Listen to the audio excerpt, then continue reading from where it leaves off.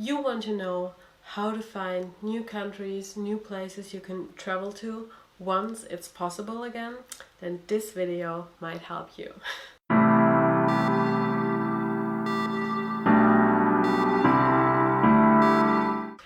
Hi guys, and welcome to a new video. This time I'm talking about how I find new countries and cities to visit to, how I find accommodations and what activities I want to do there. Let's start. So for me, planning a trip is actually half the fun.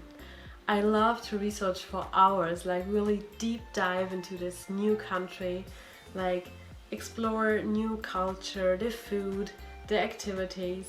And that just gets me super hyped about my new adventure and I can't wait to get out there. So how do I choose which country or city I want to visit next? It may sound a bit weird, but sometimes it is like a calling for me. This instant desperate need to go to a city or a country I maybe haven't even heard of, seen something from before. It happened to me with Cuba, it happened to me with Thailand, it happened to me with Barcelona. And sometimes that's just the way it goes and then I just go with the flow. But besides that, it's most of the time recommendations of friends or just a random search for cheap flights and that like chooses for me where I want to go.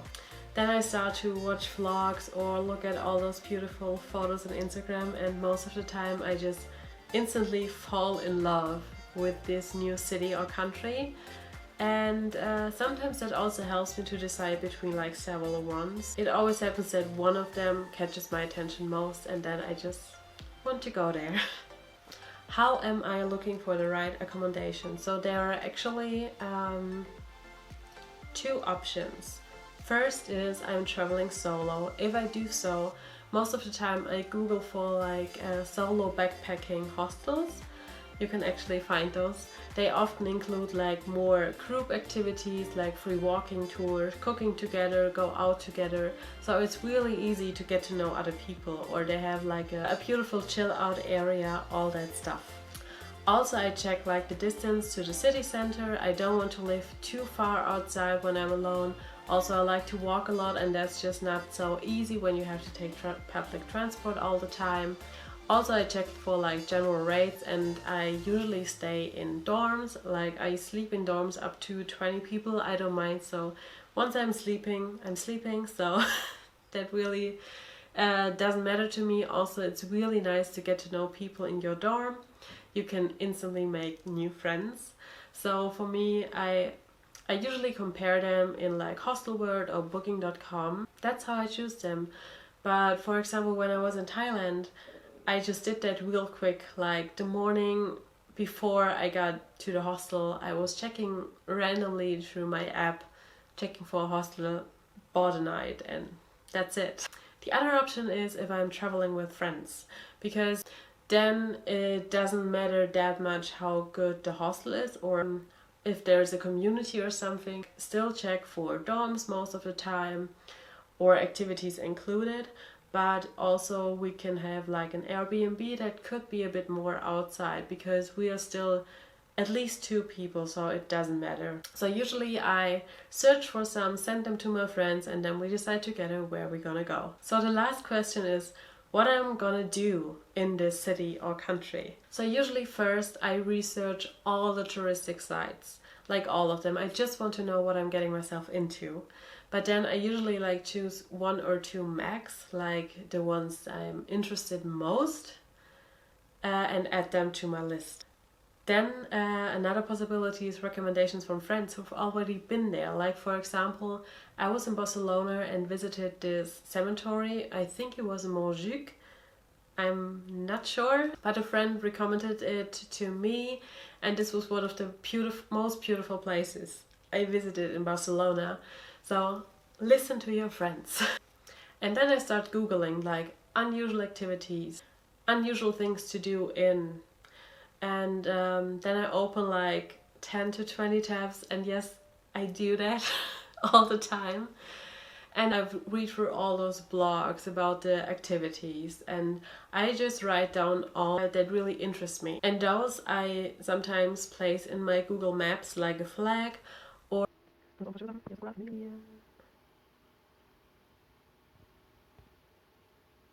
So those are the things I usually do to prepare myself to go there. But what do I do once I'm there?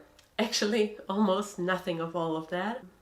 I just like to randomly walk around in a town or an area, walk in those little streets nobody else is walking, find nice buildings and sites that are not usual for everyone. I like to sit in those small restaurants not everybody is because it's on the main street. Sometimes I even step into hop on hop off buses when I'm like either super tired or it's raining but I still want to explore it, because checking off all the important sites, but you also like long distances throughout the whole city. You can actually see a lot you wouldn't see if you just go to that site, and you just get a real nice vibe from the whole city. And that's what I love about it. Also, I can like see places I maybe want to revisit again.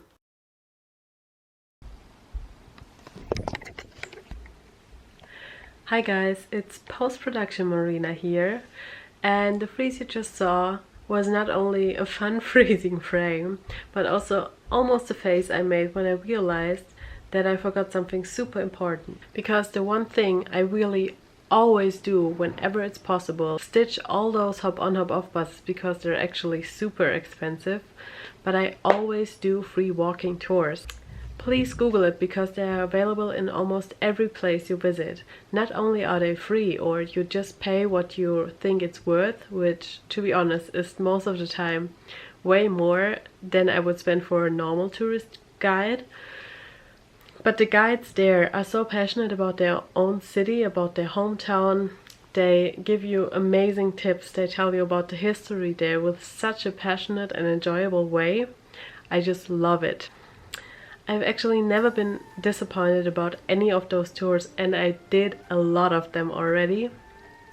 And also they give you great local advice, especially on food.